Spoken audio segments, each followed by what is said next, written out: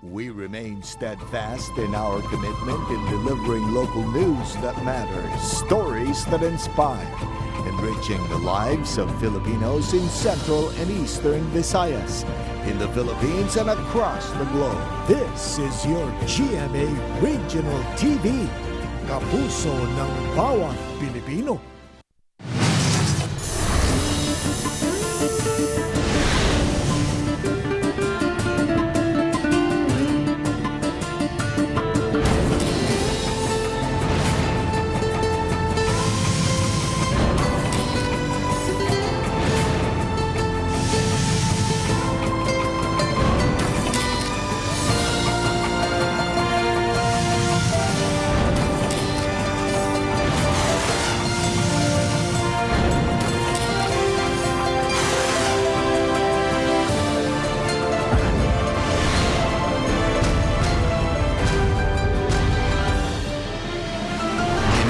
GMA Regional TV, Balitang Bisdak.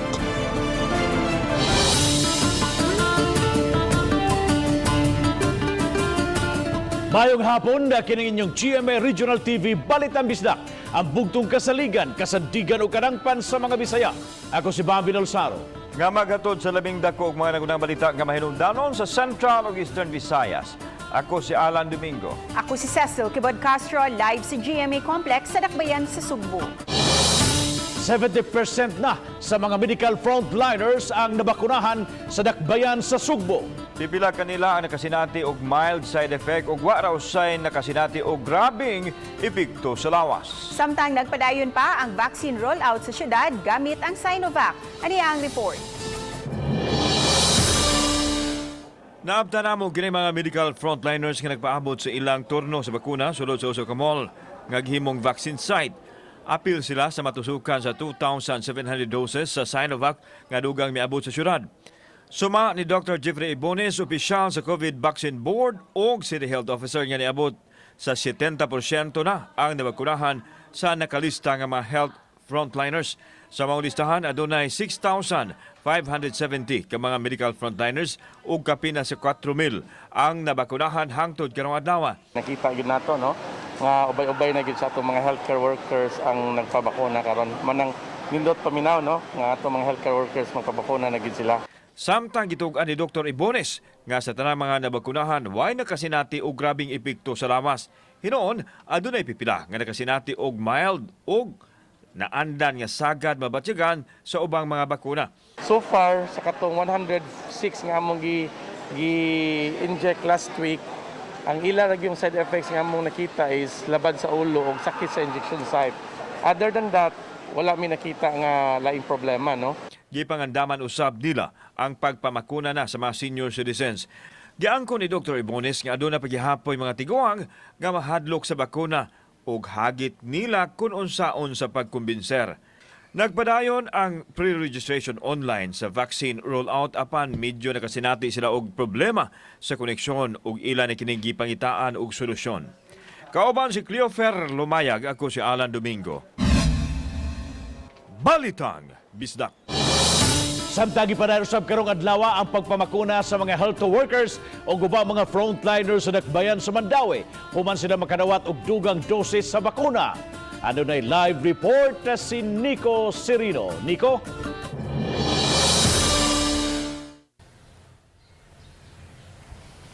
Yes, Bob, kini ang unang higayon nga nagamit ang Mandawi City Sports Complex isip usa sa mga vaccination areas sa Dakbayan. Gihimo kaganiha ang laing hugna sa pagpamakuna sa mga frontliners sa Mandawi. Kagahapon, nakadawat ang syudad og moabot sa 600 ka doses sa COVID-19 vaccine maong gi-schedule dayon ang vaccination. Mga health workers gikan sa private ug public sector ang giakomodar. Usa sa nagpabakuna ang dentista nga mihangop sa proteksyon alang kanila. So far, okay raman. Nag-expect ko nga sakit siya. Pero okay ra gyud kaayo si mom nurse mo inject. Oo, pero karon wala ra gyud wala nga kahadlukan kanang first step nato nga para ma-stop na gyud nga virus. Kapin sa 800 ka mga health workers sa Mandaue ang una nang nabakunahan. Apan duna pay kapin sa 1,400 ang ipaubos sa vaccination. Una pa makaabante ang syudad sa pagpamakuna sa mga senior citizens. Ang instruction sa Department of Health was first dose good siya tanan. First dose, everything. 600 ato ang gitarget. Kagahapon, gipangunayan ni IATF Visayas Implementer Retired General Mel Feliciano ang pagsusi sa Mandaue Sports Complex isip Vaccination Center. May pipila kakabag-uhan nga giimplementar sa maong dapit base usab sa rekomendasyon sa DOH. Gihangup sa Mandaue City officials ang obserbasyon kabahin sa vaccination site nga mamahimong kapanag-ingnan sa ubang LGUs. Much as we want nga comfortable ang ato ang staff, hasta sa dang clients, comfortable, di ba? So, hopefully sa uban po nga vaccination post nga ato unyang ma-set up, nga it will be as equally comfortable as this. Padayon pa karon Bob ang city government sa pagpangita og dugang nga mga sites haron himuon nga vaccination areas inay mga eskwelahan.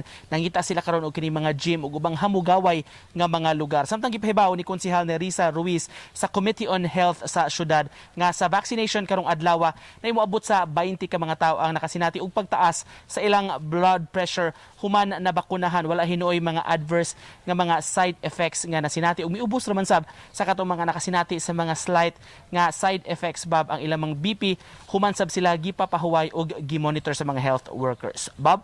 Daghang salamat Nico Serino sa imong live report.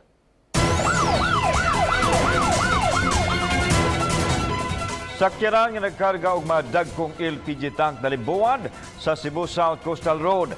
Ang maong disgrasya nakamugna og dulan sa usa ka oras nga paghuod sa trapiko padung sa habagatan. Ang report ni Femery Dumabo.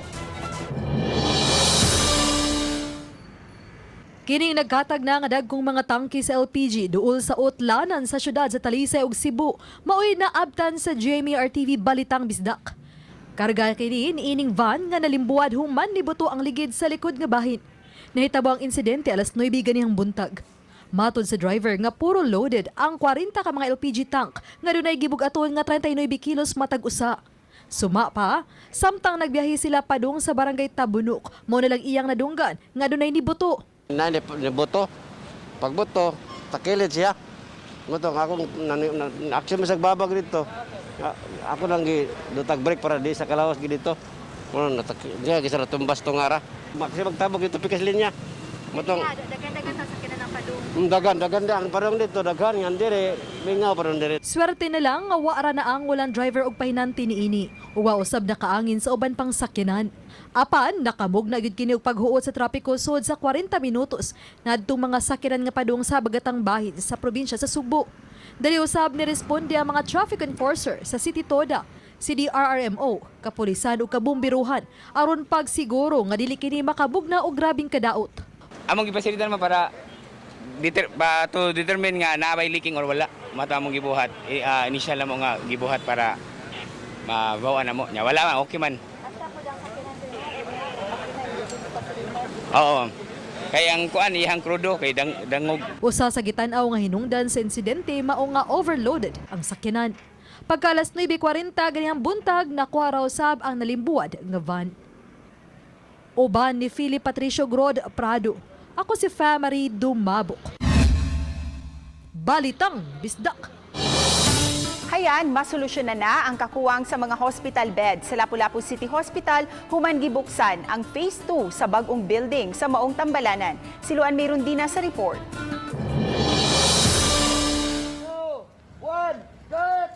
Formal nang gipahigayon ang turnover ceremony sa Phase 2 sa Lapu-Lapu City Hospital ganihang buntag. Ang upat ka anda ng hospital may pasigarbo sa maanindot ni ining mga pasilidad nga matandi sa ubang pribadong hospital. Sa first floor ipahimutang ang reception area, admitting ug billing section. Samtang sa second floor ipahimutang ang operating room, delivery room ug dental clinic. May gitaga na usab nga dapit alang sa labor room ug newborn care. May dakong prayer room usab. Mato ni Dr. Ronald Oporto, Hospital Administrator, ang Phase 2 sa bagong hospital building adunay 105 bed capacity, diin na doble ang bed capacity sa karaang hospital building. We will be complying all the requirements to fill in because there will be requirements required by DOH so that we will be able to apply for level 2. Hopefully, we will be the first hospital nga level 2 sa Central Visayas. The long wait is over. Ania na ang dugay na natong ipakandoy para sa dakbayan sa lapu-lapu. Hinoon padayon pang gitrabaho ang 3rd ug 4th floor sa hospital building o gilaumang mahuman kini karong tuiga. Kahinumduman niadtong hinapos nga bahin sa tuig 2019, mibahad si Lapu-Lapu City Mayor Junard Ahong Chan nga ipa-blacklist ang mga kontraktor sa Phase 1 ug Phase 2 sa naasoy tambalanan tungod sa kalangan sa ilang pagtrabaho. Nasayran sa RTV Balitang Bisdak nga ang kontraktor na sa Phase 2 ang mitiwas sa mga kakuwangan sa kontraktor sa Phase 1. We are really coordinating with them. In fact, we are really close monitoring with them and then trying to be more comfortable working with them like unsa ilang gipangayo sa bahin sa LGU, we're doing that. Ang bahin sa contractor nga side, they're doing it. Uban ni Marlon Melgazo, Luan Merondina, Balitang Bisdak. Mo distansya, ma'am. Kay kusog ba yan kayong COVID dun, ma'am? Social distancing ba? Guwapa, sir. Padulan. Distansya na, ma'am, kay social distancing man. Basta guwapa, social distancing ka man. Mo distansya ta kay tungod sa pandemic karon. Dumugon o distansya? Unsay mo ana do? Kung grasya, ma'am, og swerte dumugon. Pero og COVID, distansya lang ko, ma'am, di lang ko kay social distancing ko. Distansya Sa unsa man? sa kinabuhi. Akong asawa. Kaduol. Distansya. Ha? Sa tanan tao. Distansya. Sa gugma. Secret.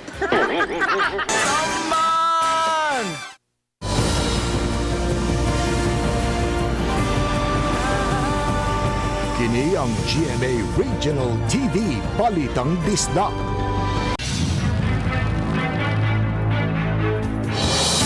Duha ka balay ang hingpit nga naugdaw o galaing usa ang partially nga nasunog sa tabong nga sunog sa barangay Tisa ning Dakbayan sa Cebu kaganang buntag. Ang pinisik nga kayo sa welding ang gitumbok nga hinungdan sa mong sunog. Ania ang report. Gi-overhaul na sa mga bumbero ang may strukturang gilamoy sa kalayo sa Sitio Bayong, Barangay Tisa. Ginoon, wala kaayo mukuyanap ang sunog sa kasikbit nga mga Pinoyanan. Nadawan sa Cebu City Fire Office ang alarma alas 10 pasado sa buntag ug napaong alas 10:29. Sumasa tag-iya sa balay nga ang pinisik sa kayo gikan sa welding nga nakatugdon sa foam ang nakaingon sa sunog. Welding jud na kuya kay ako napiskan ko sa welding katong nang labab ako nya pag ikaduha ka ni pisik sa katong sayuta dapit sa balay sa kuntiyo. Sila diyan mga trabante. 25,000 pesos ang natalang danyos ug dunay usa ka bata nga kitahong nakaangkon og first degree burn. Wa hinoy nakalas sa mga insidente. Mas maayo i-overkill na to kaysa paabuto na to nga mudako pa ang kayo usa na to i-raise ang alarm. Kauban si Cleofer Lumayag, ako si Alan Domingo. Balitang Bisdak. Katunga na sa mga frontliners sa Dakbayan sa Talisay, ang naa sa master list ang nabakunahan batok sa COVID-19. Napanglantawan nga sunod semana, masugda na usab ang pagpamakuna sa mga senior citizens sa syudad. Ang report ni Femery Dumabo. Sa duha ka adlaw pa lang nga pagpamakuna sa Barangay Lagtang Gym gamit ang bakuna nga gihatag direkta sa LGU. Miabot na sa 327 ka mga frontliners sa Dakbayan sa Talisay ang nabakunahan. Ang Talisay City Health Office adunay 1,225 frontliners sa ilang master list ug 247 niini ang nabakunahan na dito sa Talisay District Hospital sa niaging bulan. Nunot niini, napanlantawan nga mabakunahan ang kapin sa 600 karon o sa Lunes sunod semana. Gani matag adlaw mangayo sila og supply sa bakuna gikan sa Provincial Health Office. Nalipay mi kay this is beyond we expected considering pagsugod na ay daghang hesitant, na ay daghang kuan. But everything is going well. Wa pa mi ka-encounter na nang ibalik mo, wa mi mag-expect nga mabalik kay amo man ginagamit. Mao na amo karong trust niya. Ang tanan vaccine nga mahatag sa Talisay magamit gyud nato. Lakip sa gibakunahan ganiha ang duha ka mga pulis nga na-assign sa prisuhan. Need jugay namon ni siya nga mabakunahan mi aron maka likay pud mi sa COVID kay wa may kabalo pud nga ang mga bag-ong dinakpan naaday COVID or positive siya. High risk kay ning ilang trabaho. They are not vaccinated because they are PNP. They are vaccinated because they are working in a closed environment nga delikado. Kay holiday ugma, sa Lunes na ipadayon ang pagpamakuna. Kung na pa'y supply sa bakuna, sugda na ang pagpamakuna sunod simana sa mga senior citizen nga nagpalista sa dakbayan sa Talisay. We can also start vaccinating our seniors. Mataram kayo gusto ba, no? Na. Ready na ta. We're just waiting. So far, ang nalista na anas mga 1,000 plus. Ito na silang willing din mo. Decided na. Oba ni Philip Patricio ug Rod Prado. Ako si Famary Dumabok. Balitang Bisdak.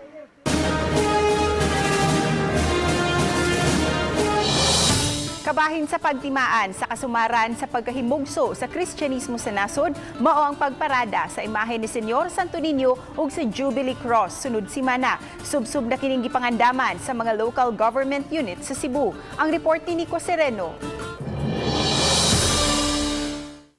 Karong Lunes, musubay ang motorkada sa nagkalain-laing kadalanan sa dakbayan sa Talisay. Subay ni ini gihimo ang coordination meeting sa mga ahensya sa kagamhanan ug sa simbahan. Gusto ang mga opisyales nga masiguro nga mapatuman gihapon ang health protocol atol sa motorkada. Ang imahe ni Senyor Santo Niño ug sa Jubilee Cross iparada atol sa maong kalihukan. Manukad sa Basilica del Santo Niño, muagi dinhi sa Cebu South Coastal Road, muagi sa May San Isidro, muagi sa Bulacau, moyuturn hangtod nga mulapos paingon sa boundary sa Barangay Linaw. Samtang nangandam na sab ang Mandaue City sa ilang partisipasyon sa maong kalihukan. Sa Martes, sunod simana ang motorkada nga mugikan sa Basilica, muagi sa Mandaue, paingon sa Lapu-Lapu ug Cordova. Mutadlas kini sa mga kadalanan sa Mandaue ug muagi sa mga simbahan sa syudad. Matod sa kadagkuan sa team, wala ray road closure nga himuon kay hapon man ang motorcade ug dili busy ang kadalanan ni anang mga orasa. During sa among dry run, wagi kanang heavy traffic kay minus man na siya anang orasa 1 PM. Pero kung ay daghang tao mananaw sir, bawas sila mga Daghan mga tao i-manage sa mga tanods nga gi-deploy. Uban ni Godfrey Relien ug Philip Patricio, Nico Sereno, Balitang Bisdak.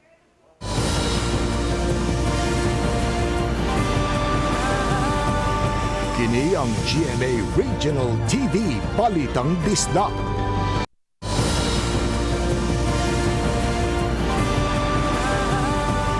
Kini ang GMA Regional TV Balitang Bisdak. Ikatulo na kaadlaw karon na so kadigitugutan pagbalik ang motorcycle taxi nga angkas sa pagpamasada. Apan nalisod gihapon sila sa ilang panginabuhi ang mga drivers. Kung ngano atong siren pinaagi ning maong report.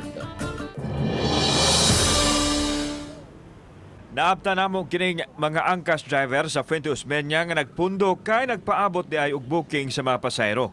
Matod nila, maayo na lang kun adunay mo book nga usa sa taas nga oras sa pagpinaabot. Daw samas namingwid sila nga wa gyoy ni kubit. Ang hinungdan di ay kay ang mga pasayro maoy modala sa kaugalingong helmet. Naay mo book nila apan dili mo dayon kay walay helmet. Wa man maanad ini ang mga pasayro ug hasol usab kung magbitbit og helmet. Ang pagdala og helmet sa pasayro ug ang paggamit og barrier hugot nga gibatuman sa gobyerno aron katugutan sila nga makabiyahe pagbalik ug sa ingon mapugan ang pagkatap sa COVID-19.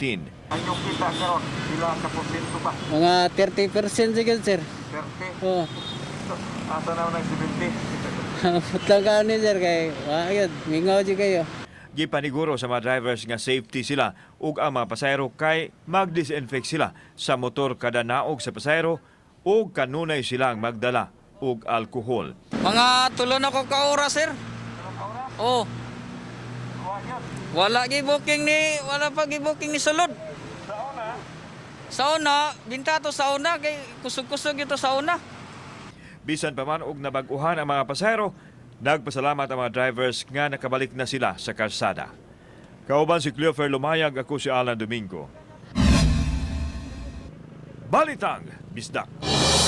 Kapin sa 50% sa mga health frontliners sa Dakbayan sa Lapu-Lapu ang nabakunahan na batok sa COVID-19. Sa 2,352 ka mga health frontliners sa Dakbayan, 1,382 na kanila ang nabakunahan. Hinoon, padayon pang nagpaabot ang City Health Office sa data gikan sa ubang pribadong tabalanan. Samtang kagahapon nakadawat sa ikaduhang dose sa Sinovac ang 110 sa 236 ka mga hospital staff sa Lapu-Lapu City Hospital.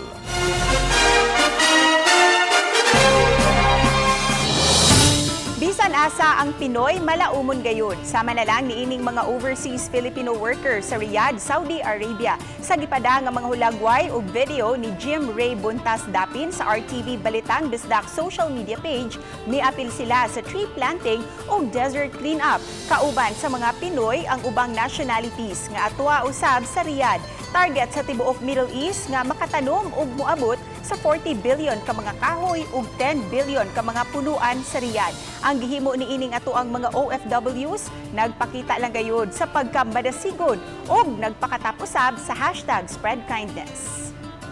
Saman! Tansya. Sa unsa man? Sa problema. Sa mga tao para dili ko makuan sa virus. Padumog kay gwapa ba ta importante ha mahalin ta. Pero kung babae na ginaangal ato gina ipadistansya oy kay di niya mahalin atong peg ani. Kung grasya dumugon. Kung babae distansya. Distansya ma'am. Sa tanan. Distansya para sa kaning mga labi na kaning mga kanang nagkusog ron ang atong katong COVID-19 ron. Kung sa imuhang crush day ma'am, kita kadumog. Ano walay crush? Padumog sa mga gwapo. Or distansya sa mga batigdaong. Ano? Padumog, uy, kay ni Ana best silang the more the merrier.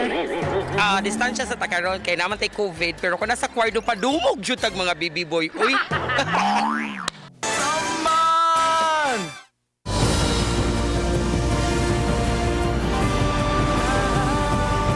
Kini ang GMA Regional TV Balitang Bisdak.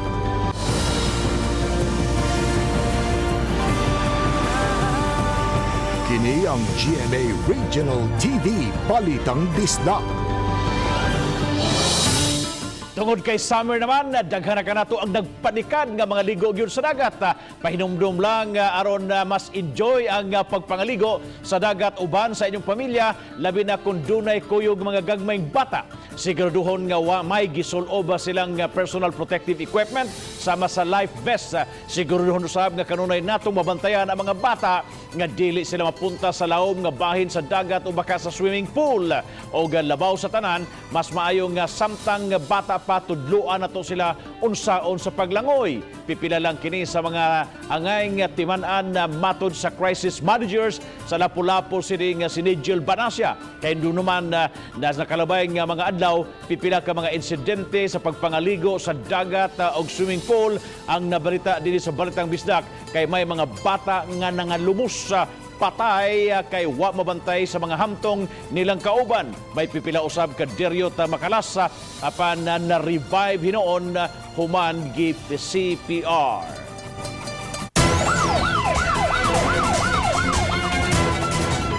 Nailang kritiko sa mayor sa Hagna, Bohol, gikasuhan og grave threat human nanulong og nanghagit pagyud og sinumbagay. Ani ang report. Gipasakaan na og kasong grave threat si Seto Bahamonde human kini manghagit og sinukmagay sa usa ka empleyado sa munisipyo sa lungsod sa Hagna, Bohol. Matud ni Major Joseph Berondo, Chief of Police sa Hagna Police Station, nga gi-turn over sa barangay tanod si Bahamonde nga mingsung kang Gaynor Aviles, usa ka paralegal officer didto sa iyang pinuy-anan sa barangay Lunoy. Niari diri ang complainant nagpablatter nato niya gi-insistar gid niya nga actually indeed gisulong gid siya sa kuan sa kanini Sito Bahamonde regarding kuno sa post lang sa Facebook. Wa kini gilimod ni Bahamonde nga nahagi tungod sa Facebook post kuno ni Aviles. Ang giingnan nga mag-sports ta para mailan na mailan eh. O sige, sports ta di nagkasapot na mag-sport. Apan gipadayon ang kiha aron daw matagaan kuno og leksyon si Bahamonde. So, kung ningon siya nga nanghagit ko, nag-threat ko, ipagawas lang yung ebidensya kay ako sure ko wala ko wala na. Si Bahamonde nagatubang usab karon og 94 counts of criminal cases for cyber libel. Uban ni Clans Gabutin og Rod Prado, Chelo Valiena, Balitang Bisdak. Giimbestigahan karon sa kapulisan kung wala by foul play ang pagkatagak sa usa ka trabahante gikan sa ika-18 nga andana sa building sa Mandawi. Ang maong building kasamtangan pang gitukod. Pasado alas 6 sa gabi ni atong Martes, gikatahong nahitabo ang insidente. Kalit kuno nga nahagbong ang biktima samtang nagtrabaho. Dali siyang gida sa pribadong ospital aron maatiman. Apan gikumpirmar sa kapulisan nga nakabsan gayud kini sa kinabuhi. Kaya itong latest weather update karong adlang Webes, April 8, 2021. Kagabi, nalusaw na ang atong ginamonitor na low pressure area na nahimutang sa silangan sa Mindanao. Kining LPA wala jud ang kapekto sa bisan asang bahin sa atong nasod. Sa bagakaron, ang northeasterly wind flow mo'y nagapekto sa dakong bahin sa Luzon. Samtang ang Tibok Visayas, mga sinati o panagsa mapanganuron ngadto sa madag-umon na kalangitan, libanan sa mga patak-patak na pag-uwan, pagpanugdog ug kilat tungod sa mga localized thunderstorms. Ug para sa temperature ug heat index forecast, ang Central Visayas, mga sinati og 22 to 32 degrees Celsius, diin ang heat index ana sa 37 degrees Celsius. Ang Eastern Visayas, mga sinati og 23 to 34 degrees Celsius, diin ang heat index ana sa 37 to 39 degrees Celsius. Ug mao ni atong latest weather update karong adlaw. Para sa dugang impormasyon, bisitahan lang atong official website gikan diri sa buhatan sa Mactan. Sa Pag-asa Visayas DOST, kini si Mark Gales. Maayong adlaw ug daghang salamat. Executive Director sa Philippine Genome Center, Dr. Cynthia Saluma, mihimakak nga gihinganlan nilang Central Visayas variant ang P.3 sa text message nga gipada ni Dr. Saluma dinhi sa GMA RTV Balitang Bisdak. Iyang giklaro nga pabiling P.3 ang ilang tawag sa maong COVID variant nga nadiskubrihan dinhi sa nasod. Ang P.3 variant nakita sa mga samples nga gikan sa Central Visayas. Dugang ni Dr. Saluma nga dili usab mahimo nga tawgon kini og Philippine variant kay posibleng aduna pay laing variant nga madiskubrihan dinhi sa nasod. Iyang giawhag ang tanan nga padayong gamiton ang term nga P.3 alang sa maong COVID variant. Kay duman mireklamo ang taga DOH7 kung nganong gihinganlan kini og Central Visayas variant. Sa labing uwahing kalambuan sa COVID-19, nakatala ang Department of Health 7 og 4,414 ka mga active cases, 351 niini mga bag-ong kaso. Sa mga highly urbanized cities, ang Cebu City dunay 1,149 ka mga active cases ug 83 ka mga bag-ong kaso. Moabot sab sa 799 ka active cases ang Lapu-Lapu City, 46 ang bag-o. Samtang dunay 802 ka mga active cases sa Mandawi City, 48 mga bag-ong kaso. Sa mga lalawigan sa Central Visayas, Bohol, dunay 339 ka mga active cases, 34 niini bag-ong kaso. Miabot sab sa 1,123 ang active cases sa Cebu Province, 124 niini ang bag-o. 175 ang aktibong kaso sa Negros Oriental, 15 ang bag-ong mga kaso. Samtang 27 na ang active cases sa Siquijor, kay dunay usa nga nadugang nga bag-ong kaso. Sa Eastern Visayas, natala ang 392 ka-active cases sa rehiyon sa 66 ni ini bag-ong infection. Sa tibuok nasod, moabot na sa 167,279 ang active cases ug karong hapon moabot sa 9,216 ang bag-ong nagpositibo. Samtang sa 133,152,399 nga mga kaso sa tibuok kalibutan, 75,693,945 na nga ayo na. Nico Sireno, Balitang Bisdak.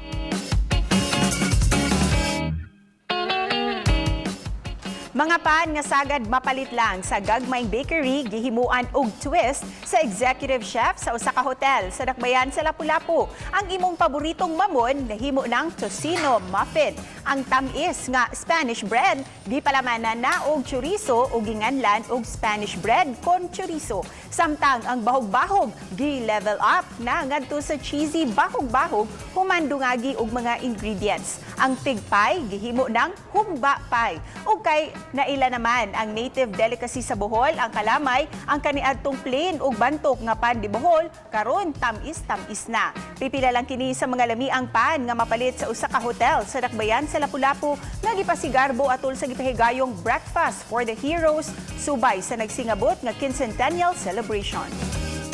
Ang Lapu-Lapu na ila nga mga innovative, so we have also tried to innovate our favorite panaderia breads na ato siyang gi-level up no nga local siya pero nagyapon sa unique taste.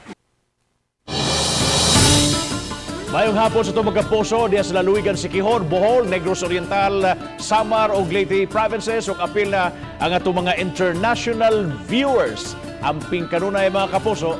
Mga kapuso, inyong makita kining mong episode sa official website sa GMA Regional TV sa www.gmaregionaltv.com. Bisitaha usab ang atong official YouTube channel GMA Regional TV ug i-click ang subscribe button alang sa mga init ug nagunang mga balita ug kasayuran gikan sa mga rehiyon. Daghang salamat sa mga kapuso nato, apil na ang nasa gawas sa nasod nga nakisayod sa mga dagko ug mga nagunang balita sa rehiyon. Ako si Alan Domingo. Ug gikan namang tanan dinhi sa Central ug Eastern Visayas, ako si Cecil Kibod Castro. Ang inyong balita, ang among balita kay matag lokal nga balita mahinungdanon kining inyong GMA Regional TV Balitang Bisdak. Buong puso para sa Pilipino. Ako si Bambi Nalsaro ug maayong hapon mga kapuso.